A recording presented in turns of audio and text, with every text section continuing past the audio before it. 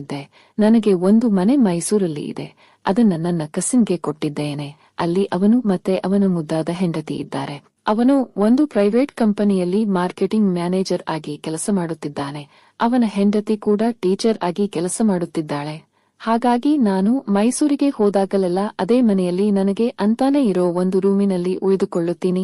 ಕಳೆದ ವರ್ಷ ಮೈಸೂರಿನಲ್ಲಿ ನನ್ನ ಹೊಸ ಆಫೀಸ್ ಓಪನ್ ಮಾಡೋ ಕೆಲಸದ ಮೇಲೆ ನಾನು 1 ತಿಂಗಳು ಕಾಲ ಇರಬೇಕಾಯಿತು.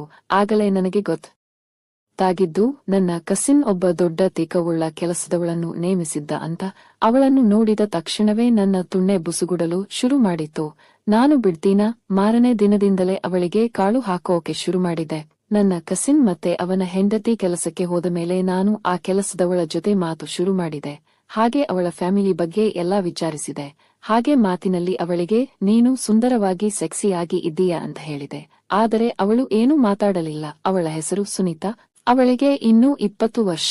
ಆದರೆ ಅವಳ ಫಿಗರ್ ಮಾತ್ರ 34-28-36 ಬೆಳ್ಳಗೆ ಸಖತ್ ಸೆಕ್ಸಿ ಆಗಿದ್ದಳು. ಅವಳಿಗೆ 16ನೇ ವಯಸ್ಸಿಗೆ ಮದುವೆಯಾಗಿ ಮಗು ಕೂಡ ಇದೆ. ಆದರೆ ಅವಳ ಗಂಡ ತೀರಿ ಹೋದ ಮೇಲೆ ಗಂಡನ ಮನೆಯವರು ಅವಳನ್ನು ಆಚೆ ಹಾಕಿದ್ದರಿಂದ ಅವಳ ತಾಯಿ ಮನೆಯಲ್ಲಿ ಇದ್ದಾಳೆ. ಅವಳ ಊರು ನನ್ನ ಕಸಿನ್ ಹೆಂಡತಿಯ ಊರು ಒಂದೇ. ಅವಳ ಕಥೆಯೆಲ್ಲ ಕೇಳಿದ ಮೇಲೆ ಅವಳಿಗೆ ಸಮಾಧಾನ ಮಾಡುತ್ತಾ ಅವಳಿಗೂ ಅವಳ ಫ್ಯಾಮಿಲಿಗೂ ಹೆಲ್ಪ್ ಮಾಡೋದಾಗಿ ಹೇಳಿದೆ. ಅದಕ್ಕೆ ಬೇಕಿದ್ದರೆ ಎಕ್ಸ್ಟ್ರಾ ದುಡ್ಡು ಕೂಡ ಕೊಡೋದಾಗಿ ಹೇಳಿದೆ. ಅದಕ್ಕೆ ಅವಳು ನನ್ನ ಪರ್ಸನಲ್ ಕೆಲಸಗಳನ್ನ ಮಾಡಿಕೊಡಬೇಕು ಅಂತ ಹೇಳಿ ಈ ವಿಷಯ ನನ್ನ ಕಸಿನ್ಗೆ ಆಗಲಿ ಅವನ ಹೆಂಡತಿಗೆ ಆಗಲಿ ಹೇಳಬಾರದು ಅಂತನೂ ಹೇಳಿದೆ. ಅದಕ್ಕೆ ಅವಳು ಯಜಮಾನ್ರೆ, ನಾನು ನಿಮಗೆ ಯಾವ ಕೆಲಸ ಮಾಡಿಕೊಡಬೇಕು ಅಂತ ಕೇಳಿದಳು. ನಾನು ಮೊದಲಿಗೆ ಬಟ್ಟೆ ಒಗೆದು ನನ್ನ ರೂಮು ಕ್ಲೀನ್ ಮಾಡಿದ ಮೇಲೆ ಹಿಂದಿನ ರಾತ್ರಿ ಇಡೀ ಕೆಲಸ ಮಾಡಿ ಸುಸ್ತಾಗಿದ್ದರಿಂದ ನನಗೆ ಬಾಡಿ ಮಸಾಜ್ ಮಾಡೋಕೆ ಹೇಳಿದೆ. ಅದಕ್ಕೆ ಅವಳು ಒಪ್ಪಿ ನಾನು ಹೆಲ್ಪ್ ಮಾಡೋದಾಗಿ ಹೇಳಿದಕ್ಕೆ ಥ್ಯಾಂಕ್ಸ್ ಹೇಳಿದಳು. ಜೊತೆಗೆ ಇದ್ಯಾವುದನ್ನು ಕೂಡ ನನ್ನ ಕಸಿನ್ ಮತ್ತೆ ಅವನ ಹೆಂಡತಿಗೆ ಹೇಳಬಾರದು ಅಂತನೂ ಹೇಳಿದಳು. ನಾನು ಅವಳಿಗೆ ತಕ್ಷಣ 500 ನೋಟು ತೆಗೆದುಕೊಟ್ಟು ಅದನ್ನ ಜೋಪಾನವಾಗಿ ಎತ್ತಿಡಲು ಹೇಳಿದೆ. ಅವಳು ನನ್ನ ಹತ್ತಿರ ದುಡ್ಡು ತೆಗೆದುಕೊಂಡು ಅವಳ ಬ್ಲೌಸ್ನಲ್ಲಿ ಇಟ್ಟುಕೊಳ್ಳಲು ನೋಡಿದಳು. ಆಗ ನಾನು ಅವಳ ಮೊಲೆ ಮೇಲೆ ಕೈ ಹಾಕಿ ಅಲ್ಲಿ ಇಟ್ಟುಕೊಳ್ಳಬೇಡ, ಕಳೆದು ಹೋಗುತ್ತೆ ಅಂತ ಹೇಳುತ್ತಾ ಅವಳ ಸೆಕ್ಸಿ ಮತ್ತೆ ಹಾಲು ತುಂಬಿದ ಮೊಲೆನ ಟಚ್ ಮಾಡಿದೆ. ಇಬ್ಬರಿಗೂ 400 ವಾಟ್ಸ್ ಕರೆಂಟ್ ಹೊಡೆದ ಹಾಗೆ ಆಯ್ತು.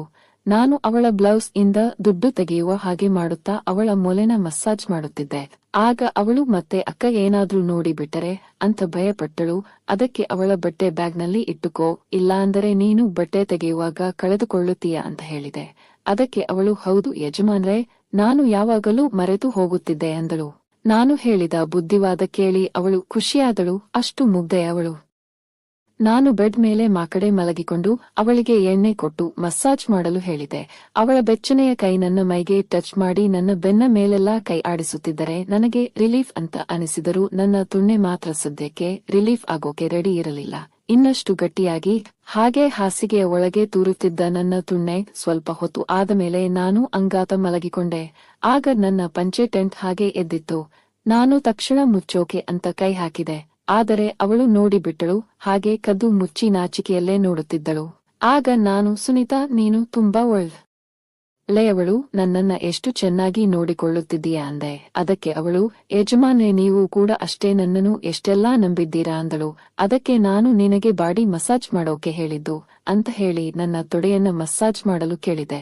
ಅವಳು ಕೈಯಲ್ಲಿ ಎಣ್ಣೆ ಹಾಕಿಕೊಂಡು ಲುಂಗಿಯೊಳಗೆ ಕೈ ಹಾಕಿ ಮಸಾಜ್ ಮಾಡುತ್ತಾ ಇದ್ದಳು. ಅವಳು ನನ್ನ ತುಣ್ಣೆಯ ಹತ್ತಿರ ಕೈ ತಂದು ಮತ್ತೆ ಮತ್ತೆ ಹಿಂದೆ ಸರಿಯುತ್ತಿದ್ದಳು. ಆಗ ನಾನು ಅವಳ ಕೈ ಹಿಡಿದು ನನ್ನ ತುಣ್ಣೆ ಮೇಲೆ ಇಟ್ಟು ಇಲ್ಲಿ ಮಾಡು, ತುಂಬಾ ನೋವುತ್ತಾ ಇದೆ ಅಂತ ಹೇಳಿದೆ. ಆದರೆ ಅವಳು ಕೈ ತೆಗೆಯೋದಕ್ಕೆ ನೋಡಿದಳು. ಆಗ ನಾನು ಬೇಕಿದ್ದರೆ ಇನ್ನಷ್ಟು ದುಡ್ಡು ಕೊಡ್ತೀನಿ ಅಂದೆ. ದುಡ್ಡು ಅಂತ ಕೇಳಿದ ಮೇಲೆ ಅವಳು ತುಣ್ಣೆ ಮೇಲಿಂದ ಕೈ ತೆಗೆಯಲಿಲ್ಲ. ನಾನು ಅವಳ ಕೈಯನ್ನು ನನ್ನ ಇಡೀ 8 ಇಂಚು ಉದ್ದದ ತುಣ್ಣೆ ಹೇಗೆ ಆಡಿಸಬೇಕು, ಹೇಗೆ ನನ್ನ ತೊರಡು ಬೀಜಕ್ಕೆ ಮಸಾಜ್ ಮಾಡಬೇಕು ಅಂತ ಹೇಳಿಕೊಟ್ಟೆ. ಒಳ್ಳೆ ವಿದ್ಯಾರ್ಥಿ ತರ ಅವಳು ನಾನು ಹೇಳಿದ ಹಾಗೆ ಮಸಾಜ್ ಮಾಡಿದಳು. ಆದರೆ ನನ್ನ ಕಡೆ ನೋಡುತ್ತಿರಲಿಲ್ಲ. ಆಗ ನಾನು ಅವಳ ಭುಜ ಗಿಲ್ಲುತ್ತಾ ಏನಾಯ್ತು, ಯಾಕೆ ನನ್ನ ಕಡೆ ಮುಖ ಕೊಟ್ಟು ನೋಡುತ್ತಿಲ್ಲ ಅಂದೆ. ಅದಕ್ಕೆ ಅವಳು ಇಲ್ಲ ಅಂತ ಅಷ್ಟೇ ಅಂದಳು. ಆದರೆ ಇಷ್ಟೊತ್ತಿಗೆ ಅವಳ ಉಸಿರಾಟ ಮಾತ್ರ ಜೋರಾಗಿ ಅವಳ ಬಾಡಿ ಫುಲ್ ಹಾಟ್ ಆಗಿತ್ತು. ನಾನು ನನ್ನ ಒಂದು ಕೈಯನ್ನು ಅವಳ ಮೊಲೆ ಮೇಲೆ ಇಟ್ಟು ಮಸಾಜ್ ಮಾಡುತ್ತಾ ನೀನು ನನಗೆ ಅಲ್ಲಿ ಒತ್ತು, ನಾನು ನಿನಗೆ ಇಲ್ಲಿ ಒತ್ತುತ್ತೀನಿ ಅಂತ ಹೇಳಿ ಅವಳ 2 ಮೊಲೆಗಳನ್ನ ಕೈಗಳಿಂದ ಹಿಡಿದೆ. ಅವಳ ಕೈ ನನ್ನ ತುಣ್ಣೆ ಮೇಲೆ ನಿಧಾನಕ್ಕೆ ಆಡಿಸುತ್ತಿದ್ದಳು. ನಾನು ಅವಳ ಬ್ಲೌಸ್ ಬಟನ್ ಓಪನ್ ಮಾಡಿದೆ. ಅವಳ ತುಂಬಿದ ಮೂಲೆಗಳು ಆಚೆ ಬಂದವು. ಅಬ್ಬಾ, ನೋಡೋಕೆ ಸಖತ್ತಾಗಿದ್ದವು. ನಾನು ಅವಳ ಮೂಲೆಗೆ ಬಾಯಿ ಹಾಕಿ ನೆಕ್ಕುತ್ತಾ ಚೀಪೋಕೆ ಶುರು ಮಾಡಿದೆ. ಆಗ ಅವಳು ಕಣ್ಣು ಮುಚ್ಚಿ ಆನಂದಿಸುತ್ತಿದ್ದಳು. ಅದೂ ಕೂಡ ವರ್ಷಗಳ ನಂತರ ಅಂತ ಆಮೇಲೆ ನನಗೆ ಹೇಳಿದಳು. ನಾನು ಅವಳ ಕುತ್ತಿಗೆಯಿಂದ ಹಿಡಿದು ಹೊಕ್ಕಳವರೆಗೂ ನೆಕ್ಕುತ್ತಾ ಅವಳ ತೊಡೆ ತಿಕ್ಕಗಳನ್ನ ಹಿಸುಕುತ್ತಾ ಮಸಾಜ್ ಮಾಡಿದೆ. 10 ನಿಮಿಷಗಳ ನಂತರ ನಾನು ಎದ್ದು, ನಿನಗೆ ಮಸಾಜ್ ಮಾಡಿ ಕೈ ನೋಯ್ತಾ ಇರಬಹುದು, ಈಗ ಇದರ ಮೇಲೆ ಕೂತು ಮಸಾಜ್ ಮಾಡು ಬಾ ಅಂತ ನನ್ನ ತುಣ್ಣೆ ಮೇಲೆ ಕೂತುಕೊಳ್ಳೋಕೆ ಹೇಳಿದೆ. ಹಾಗೆ ಅವಳ ಸೀರೆ ಬಿಚ್ಚಿ ಹಾಕಲು ಹೇಳಿದೆ. ಇಲ್ಲಾಂದರೆ ಆಮೇಲೆ ಅಕ್ಕ ನಿನಗೆ ಬೈತಾರೆ ಅಂತ ಹೇಳಿದೆ. ಅದಕ್ಕೆ ಅವಳು ಏನೂ ಹೇಳದೆ ಎದ್ದು ಸೀರೆ ಬಿಚ್ಚೋಕೆ ಮುಂದಾದಳು. ನಾನು ಸೀರೆ ಬಿಚ್ಚಲು ಅವಳಿಗೆ ಹೆಲ್ಪ್ ಮಾಡಿದೆ. ಮತ್ತೆ ನನ್ನ ಲುಂಗಿ ತೆಗೆದು ಹಾಕಿದೆ. ಈಗ ಇಬ್ಬರೂ ಕೂಡ ಬೆತ್ತಲೆಯಾಗಿದ್ದೆವು. ಅವಳ ಬೆತ್ತಲೆ ದೇಹ ನೋಡಿ ನನ್ನ ತುಣ್ಣೆ ಅವಳಿಗೆ ಸಲ್ಯೂಟ್ ಹೊಡೆಯುತ್ತಿತ್ತು. ಇಲ್ಲಿವರೆಗೂ ಅವಳು ಲುಂಗಿಯೊಳಗೆ ತುಣ್ಣೆ ಹಿಡಿದಿದ್ದಳು ಅಷ್ಟೇ.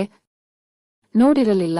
ನಾನು ಅವಳನ್ನು ತಬ್ಬಿ ಕೆನ್ನೆಗೆ ಕಿಸ್ ಮಾಡಿದೆ. ಹಾಗೆ ಅವಳ ಕೈ ಹಿಡಿದು ನನ್ನ ತುಣ್ಣೆ ಮೇಲೆ ಇರಿಸಿ, ನನ್ನ ತುಣ್ಣೆ ಕಂಡರೆ ಏನಾದ್ರೂ ಭಯನಾ ನಿನಗೆ ಅಂತ ಕೇಳಿದೆ. ಅದಕ್ಕೆ ಅವಳು, ಯಜಮಾನ್ರೇ, ನಿಮ್ಮ ತುಣ್ಣೆ ತುಂಬಾ ದಪ್ಪ ಉದ್ದ ಇದೆ ಅಂದಳು. ನಾನು, ಇಂತಹ ತುಣ್ಣೆ ಎಲ್ಲಾದರೂ ನೋಡಿದ್ದ ಅಂತ ಕೇಳಿದಕ್ಕೆ ನಾನು ನನ್ನ ಗಂಡನದ್ದು ಬಿಟ್ಟರೆ ಹಳ್ಳಿಯಲ್ಲಿ ಹೊಲದಲ್ಲಿ 1-2 ಸಲ ಗಂಡಸರು ಉಚ್ಚೆ ಉಯ್ಯುವಾಗ ನೋಡಿದ್ದೆ ಅಷ್ಟೇ, ಆದರೆ ಇಷ್ಟು ದೊಡ್ಡ ತುಣ್ಣೆ ನೋಡಿರಲಿಲ್ಲ ಅಂದಳು. ನಾನು, ಇದು ದೊಡ್ಡದು, ಇದು ಒಳಗೆ ಹೋದಾಗ ನಿನಗೆ ತುಂಬಾನೇ ಸುಖ ಸಿಗುತ್ತೆ, ನೀನು ತುಂಬಾ ಎಂಜಾಯ್ ಮಾಡ್ತೀಯಾ ಅಂತ ಹೇಳುತ್ತಾ ಅವಳ ಕೂದಲು ಮುಚ್ಚಿದ್ದ ತುಲ್ಲಿಗೆ ಕೈ ಹಾಕಿದೆ. ಅದು ಆಗಲೇ ಒದ್ದೆಯಾಗಿ ರಸ ಸೋರುತ್ತಿತ್ತು. ನಾನು ಹಾಗೆ ತುಲ್ಲಿಗೆ ಮಸಾಜ್ ಮಾಡುತ್ತಾ ನನ್ನ ತೋರು ಬೆರಳನ್ನ ತುಲ್ಲಿನ ತೂತಿಗೆ ತೂರಿಸಿದೆ. ಇಬ್ಬರೂ ನಿಂತುಕೊಂಡೇ ಇದ್ದೆವು. ಅವಳು ನನ್ನ ತುಣ್ಣೆ ಹಿಡಿದಿದ್ದರೆ ನಾನು ಅವಳ ಮೂಲೆ ಚೀಪುತ್ತಾ ತುಲ್ಲು ಬೆರಳಿನಿಂದ ತೋಡುತ್ತಿದ್ದೆ. ನನ್ನ ಇನ್ನೊಂದು ಕೈ ಅವಳ ದಪ್ಪ ತಿಕ್ಕಗಳನ್ನ ಹಿಸುಕುತ್ತಾ ಇದ್ದವು. ಮತ್ತೆ ನಾನು ನನ್ನ ಕೈಗೆ ಎಣ್ಣೆ ಹಾಕಿಕೊಂಡು ಅವಳ ಮೂಲೆ ತಿಕ್ಕ ತುಲ್ಲಿಗೆ ಹಚ್ಚಿದೆ. ಆಗ ಅವಳು ಎಣ್ಣೆಯಲ್ಲಿ ಹೇಗೆ ಕಾಣುತ್ತಿರಬಹುದು ಅಂತ ನಿಮಗೆ ಕಲ್ಪನೆ ಇರಬಹುದು. ನಾನು ಬೆಡ್ ಮೇಲೆ ಕೂತು ನನ್ನ ತೊಡೆ ಮೇಲೆ ಕೂರಿಸಿಕೊಂಡು ಅವಳ ಮೂಲೆ ಮತ್ತೆ ಮತ್ತೆ ಚೀಪುತ್ತಿದ್ದೆ. ಆಗ ಅವಳು ನನ್ನ ತುಣ್ಣೆಯನ್ನ ಅವಳ ತೊಡೆ ಮಧ್ಯೆ ಇಟ್ಟುಕೊಂಡು ಹಿಂದೆ ಮುಂದೆ ಒಳ್ಳೆ ಕೆಯ್ಯುವ ಹಾಗೆ ಆಡುತ್ತಿದ್ದಳು. ಆಗ ನಾನು ಅವಳನ್ನು ನನ್ನ ತುಣ್ಣೆಗೆ ಸರಿಯಾಗಿ ಇಟ್ಟುಕೊಂಡು ಅವಳ ಒದ್ದೆ ತುಲ್ಲಿಗೆ ಸರಿಯಾಗಿ ತುಣ್ಣೆ ಇರಿಸಿದೆ. ಹಾಗೆ ನಿಧಾನಕ್ಕೆ ಅವಳ ತುಲ್ಲಿನ ತುಟಿಗೆ ನನ್ನ ತುಣ್ಣೆ ಉಜ್ಜಿದೆ. ನನ್ನ ತುಣ್ಣೆ ಅವಳ ತುಲ್ಲನ್ನು ಸಿಳಿಕೊಂಡು ಅವಳ ತುಲ್ಲಿನೊಳಗೆ ನುಗ್ಗಿತು. ಒಳಗೆ ಹೋಗುತ್ತಿದ್ದಂತೆ ಅವಳ ತುಲ್ಲಿನ ಶಾಖ ನನ್ನ ತುಣ್ಣೆಗೆ ಅನುಭವ ಆಯಿತು. ಅವಳ ಬೆಚ್ಚನೆಯ ಒದ್ದೆಯ ತುಲ್ಲೊಳಗೆ ನನ್ನ ಅರ್ಧ ತುಣ್ಣೆ ಸೇರಿತು. ನಾನು ಮೇಲೆ ಕೆಳಗೆ ಆಡಿಸುತ್ತಾ ಅವಳ ತುಲ್ಲನ್ನ ಇನ್ನಷ್ಟು ಕಿಚ್ಚು ಹಚ್ಚಿದೆ. ಆಗ ಅವಳು ಮೂಲುಗುತ್ತಾ, ಯಜಮಾನ್ರೆ ನಿಧಾನಕ್ಕೆ ಮಾಡಿ, ತುಂಬಾ ಮಜಾ ಬರ್ತಾ ಇದೆ ಅಂತ ನನ್ನ ಮುಖವನ್ನ ಅವಳ ಮೂಲೆಗಳಿಗೆ ಒತ್ತಿ ಹಿಡಿದು ಅವಳ ನಿಮಿರಿದ್ದ ಮೂಲೆ ತೊಟ್ಟನ್ನು ನನ್ನ ಬಾಯಿಗೆ ಇರಿಸಿದಳು. ನಾನು ಅವಳ ಆಜ್ಞೆಯನ್ನು ಪಾಲಿಸುತ್ತಾ ಅವಳ ಮೂಲೆ ಚೀಪುತ್ತಾ ಇತ್ತ ಕೆಳಗಿನಿಂದ ತುಲ್ಲಿನೊಳಗೆ ತುಣ್ಣೆ ತೋರಿಸುತ್ತಾ ಇದ್ದೆ. ಸ್ವಲ್ಪ ಹೊತ್ತಿಗೆ ಅವಳೆ ಮೇಲೆ ಎದ್ದು ನನ್ನ ತುಣ್ಣೆ ಮೇಲೆ ಕೂರುತ್ತಾ ಕಣ್ಣು ಮುಚ್ಚಿಕೊಂಡು ತುಣ್ಣೆಯನ್ನ ತುಲ್ಲೊಳಗೆ ತುಂಬಿಸಿಕೊಳ್ಳುತ್ತಿದ್ದಳು.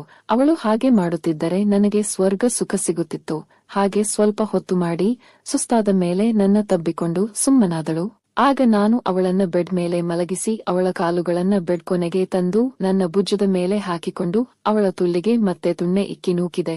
ಮೊದಲೇ ಇಬ್ಬರದ್ದು ಒದ್ದೆಯಾಗಿದ್ದರಿಂದ ತುಣ್ಣೆ ಸಲೀಸಾಗಿ ಒಳಗೆ ಹೋಗಿ ಬರುತ್ತಿತ್ತು. ಆದರೆ ಈ ಸಲ ಇನ್ನಷ್ಟು ಆಳಕ್ಕೆ ಹೋಗಿ ಬರ್ತಾ ಇತ್ತು.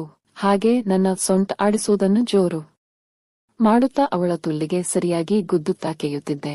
ಹಾಗೆ 15-20 ನಿಮಿಷಕ್ಕೆದು ಅವಳ ತುಲ್ಲಿನೊಳಗೆ ರಸ ಸುರಿಸಿಬಿಟ್ಟೆ. ಇಬ್ಬರೂ ಹಾಗೆ ಸ್ವಲ್ಪ ಹೊತ್ತು ಸುಸ್ತಾಗಿ ಒಬ್ಬರ ಮೇಲೆ ಒಬ್ಬರು ಮಲಗಿಕೊಂಡೆವು. ಆಗಲೂ ಕೂಡ ನನ್ನ ತುಣ್ಣೆ ಇನ್ನೂ ಅವಳ ತುಲ್ಲಿನೊಳಗೆ ಇತ್ತು. ಅದು ನಿಧಾನಕ್ಕೆ ಮುದುರುತ್ತಾ ಎಣ್ಣೆ ಮತ್ತೆ ಇಬ್ಬರ ರಸದಿಂದ ನಿಧಾನಕ್ಕೆ ಜಾರುತ್ತಾ ಹಾಗೆ ಬುಳಕ್ ಅಂತ ಆಚೆ ಬಂತು. ಅದು ಬಂದ ಆ ಕ್ಷಣ ಅಂತೂ ಹೇಳುತ್ತೀರದ ಸುಖ. ಅದರ ಜೊತೆಗೆ ಒಳಗೆ ಸೇರಿದ್ದ ನನ್ನ ರಸದ ಜೊತೆ ಅವಳ ರಸವೂ ಸೇರಿ ಎಣ್ಣೆ ಜೊತೆ ಅವಳ ತುಲ್ಲಿನಿಂದ ಆಚೆ ಹರಿದು ಬರುತ್ತಾ ಹಾಗೆ ಹಾಸಿಗೆ ಮೇಲೆ ಚೆಲ್ಲಿತು. ಮತ್ತೆ ಎದ್ದು ಇಬ್ಬರೂ ಸ್ನಾನಕ್ಕೆ ಹೋಗಿ ಒಬ್ಬರಿಗೊಬ್ಬರು ಸ್ನಾನ ಮಾಡಿಸುತ್ತಾ ಕೆದ್ದಾದುತ್ತಾ ಆಚೆ ಬಂದೆವು. ಅವತ್ತು ಸಂಜೆವರೆಗೂ ಇನ್ನೂ 3 ಸಲ ಒಳ್ಳೆ ಮಜಾ ಅನುಭವಿಸಿಕೊಂಡು ಸಂಜೆ ಹೊತ್ತಿಗೆ ಸುಮ್ಮನೆ ಕೂತೆವು. ಅವತ್ತಿನಿಂದ ಸುಮಾರು 1.5 ತಿಂಗಳು ಕಾಲ ಇದ್ದ ಅಷ್ಟು ದಿನ ಅವಳನ್ನು ಸಖತ್ತಾಗಿ ಕೆದ್ದು ಮಜಾ ಮಾಡಿದೆ. ನಾನು ಕೇಳಿಕೊಳ್ಳೋದು ಇಷ್ಟೇ. ಈ ಕತೆ ನಿಮಗೆ ಇಷ್ಟ ಆಗಿದ್ರೆ ಪ್ಲೀಸ್ ಲೈಕ್ ಮತ್ತು ಶೇರ್ ಮಾಡಿ, ಹಾಗೆ ಸಬ್ಸ್ಕ್ರೈಬ್ ಮಾಡೋದನ್ನ ಮರಿಬೇಡಿ.